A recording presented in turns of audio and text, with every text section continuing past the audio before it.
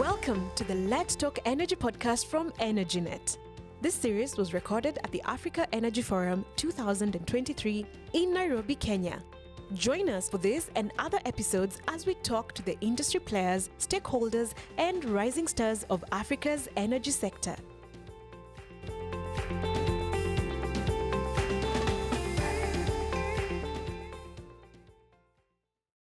Hello, my name is Zeddy Bariti. I'm a podcaster, and I'm very glad to be having this conversation today. Hello, I'm Dhireshni Chowthee from Nedbank Limited, a commercial and retail banking institution in South Africa.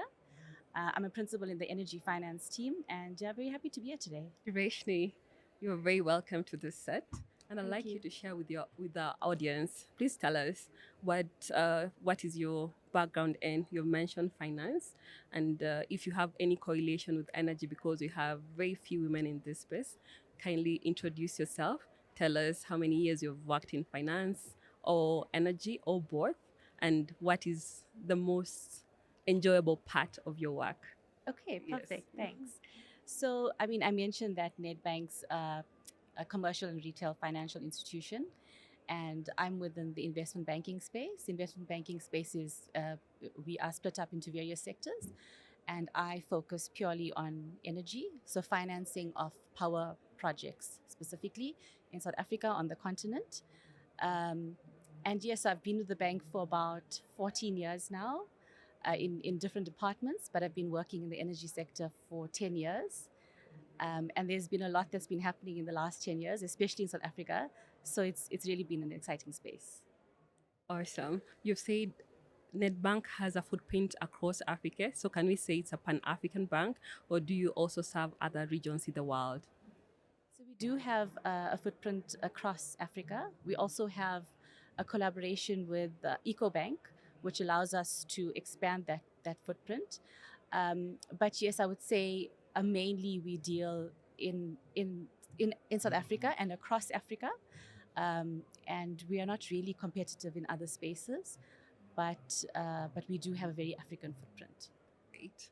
I'd like you to share with us what are the main projects you're working with as a Nedbank. Which projects are you financing at the moment, and also in the medium term that you feel are worth a mention? The big ones, the most significant ones, really. Okay, no, perfect. So, as I mentioned, I'm specifically in the energy finance team, so I can speak to that. I also just want to highlight that Nedbank is known as the Green Bank. So we do we do focus on sustainable lending.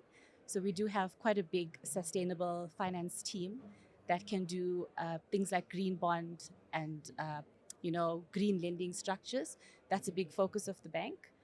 And speaking generally on energy power projects, we have been very busy in the renewable energy space in South Africa. There's been a program called the Renewable Energy Independent Power Producer Procurement Program, and Nedbank has funded about 42 projects there. And that has kept us quite busy. Right now, we're looking at the battery storage program that has been released by the DMRE. But I think more importantly, what we've been looking at as of most recent is the corporate and industrial space that has really taken off. And that's funding private power purchase agreements on the continent across industries, but mainly in the mining sector.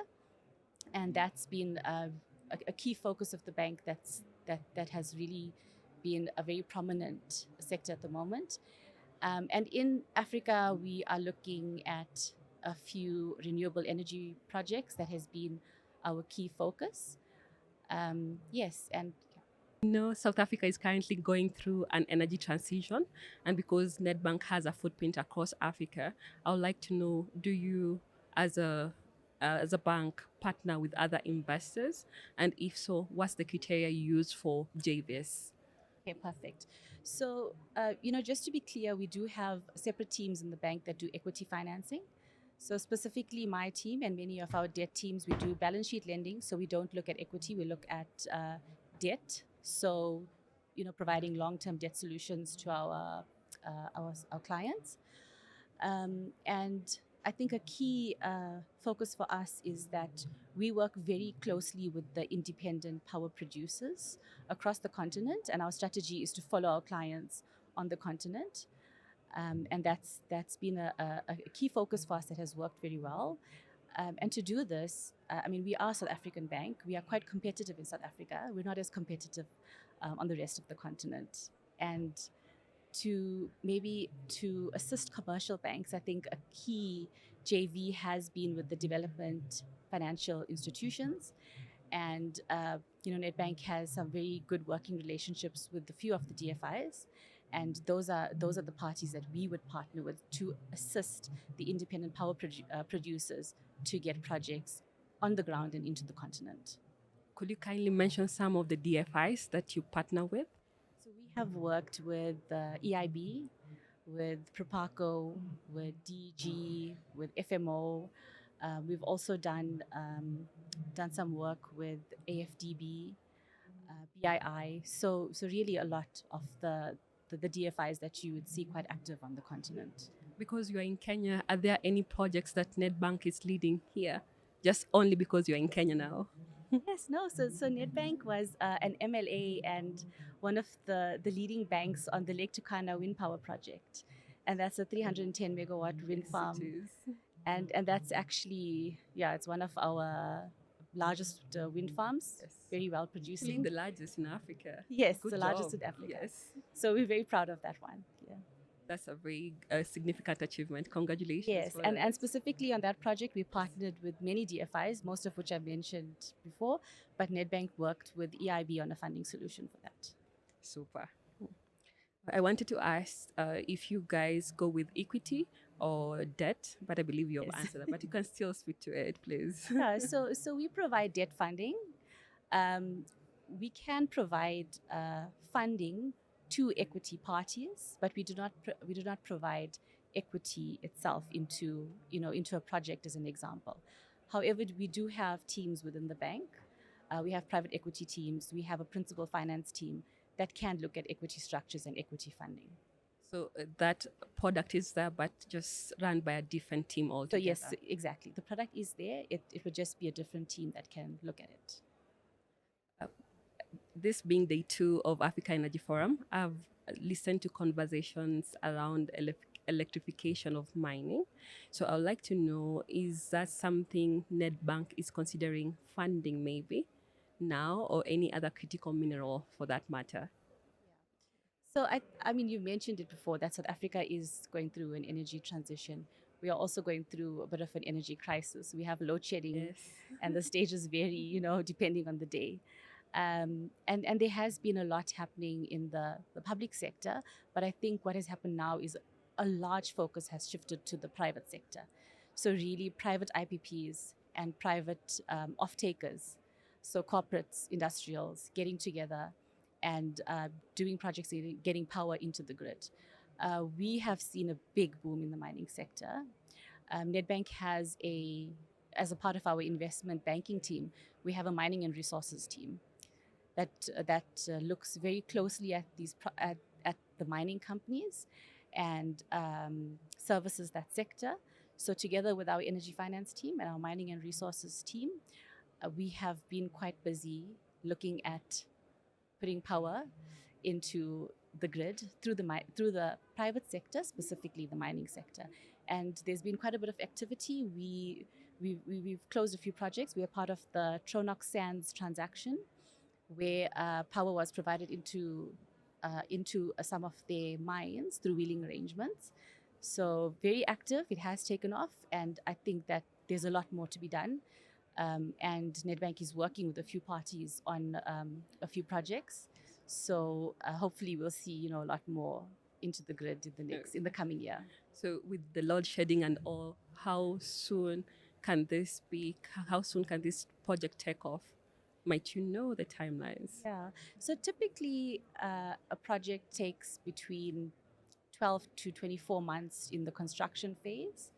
And before that, you go through a phase of putting together the power purchase agreements, negotiating, and then sitting down with the lenders, coming to a set of financing documents and reaching close. So I'd say within a space of 12 to 24 months, Okay. a project can be up and running and providing power into the grid. And a lot of these PPAs are on a long-term basis, so 15 to 20 years. We are seeing them getting shorter, but after about 12 to 24 months, you should have power into the grid for a long term. Now that you're talking about PPAs, that will entail setting up plants just next to the mines. Is that right? So the power purchase agreement is just the agreement that governs the relationship between the generator and the off-taker. So will you have the power plants just next to the mines, or what's the plan? So what we see is there's different ways to do it. The one solution is embedded power projects, where the plant is right next to the mine and it feeds directly into the mine, and we've seen a lot of that. Another solution is wheeling power projects.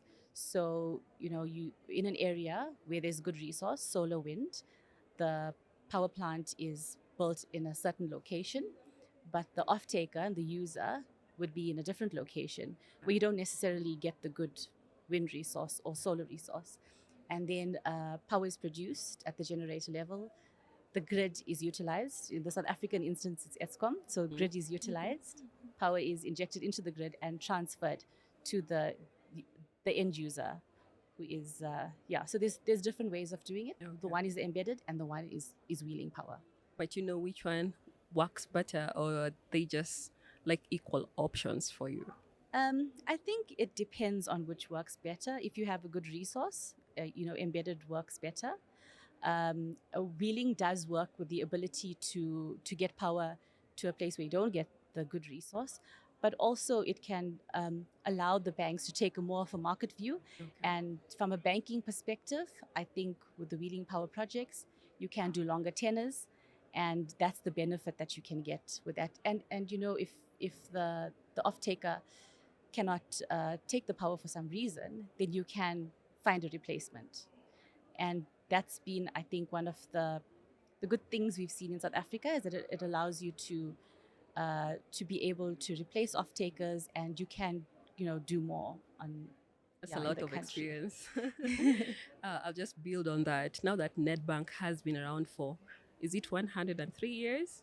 I believe there's a lot of experience under your belt. I'd like to know, are there recurrent challenges that you come across when you're financing energy projects? Maybe the most common that you face when you're financing both small scale and large scale energy projects? And are there innovative solutions that the bank has come up with to address such challenges? So I think maybe if I can look at more the recent terms, what are the challenges we need to face and overcome? What we're seeing now is, I think what we've previously seen is power purchase agreements, offtake agreements with longer tenors, and bilaterals. You have one generator and you have one off-taker. Yes. The market is moving. You're seeing more of an aggregator type of model. And I think one of the challenges, or maybe one of the new financing structures we need to look at, is how to bank those type of structures, the aggregator energy trader models. That's been something that I think is going to be new and exciting in South Africa. And I think more looking on the continent, what are some of the challenges? As a South African bank, we do compete with maybe a bigger range of institutions. So cost of funding and being able to be more competitive is one of the challenges that we need to address. And I think generally risk enhancement solutions, political risk, currency conversions, those are maybe the types of issues that we've seen, and we need to get our heads around. And Nedbank, as all the other financial institutions, constantly looking at it, and trying to think of innovative solutions. We work with, as I said, we work with the DFIs. We also work with PRI providers, and we come up with solutions to combat those. Okay, this is just on a personal level. Now that Eskom does everything, which is very different from Kenya because we have unbundled our sector, are there new, say, intricacies that are coming in now that you'll have to maybe work with more partners?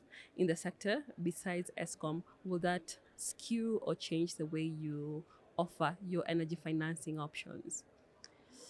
Yeah, I think we do need to get a bit more creative because dealing with ESCOM is is one entity, and you have a credit review on ESCOM. We're moving towards, we're dealing with mining companies, blue chip companies. They do have different credit reviews. So the lending structures are a bit different in terms of tenor and in terms of pricing. But that being said, I think the market, there's been lots of movement in the market in terms of structures of power purchase agreements, the structures of the projects, and so yes. So Yeah, looking forward to that. I yes, really want to we're see looking how for, that pans and out. we're just looking forward to see how the market develops Yes. and where it goes next. Speaking about the market, I'd like to get your opinion. What are the market trends that Nedbank is looking forward to in the near term now that the landscape is quickly changing? Are there particular trends that you're looking out for or expecting in the near future in terms of energy financing and actually just the energy space? Thanks. So I do think the expansion into the mining industry, into the corporate and industrial industry, that has been very exciting, and that's been something that I think is going to be there for a while. We have seen it a lot in South Africa, so looking forward to doing more of that in the rest of Africa as well. And I've mentioned it before, but maybe the new, looking into the aggregator model, pulling off PPAs, that's a trend that I think we're really looking forward to, and to get that space moving and to really get into it. Great. Africa Energy Forum is just celebrating its 25th birthday, the 25th anniversary. Just to mirror that from them, what is Nedbank's plan for the next 25 years or for the long term? Almost similar to this time range. What's your plan for the future? Yeah, so I think from Nedbank's, do you mean with AEF specifically, or? Yes.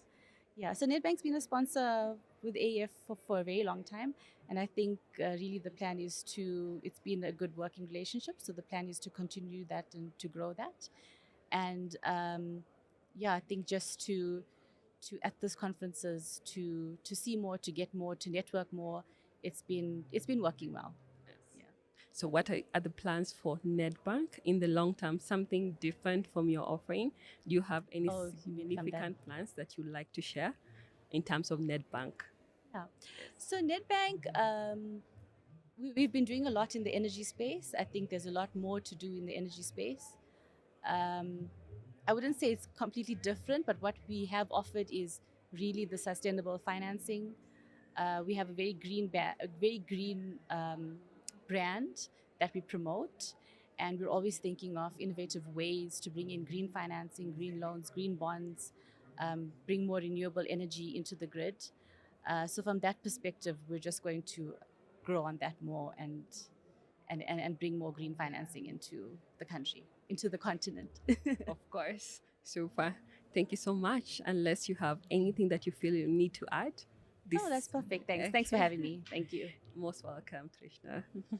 This series was recorded at the Africa Energy Forum 2023 in Nairobi, Kenya. Join us for this and other episodes as we talk to the industry players, stakeholders, and rising stars of Africa's energy sector.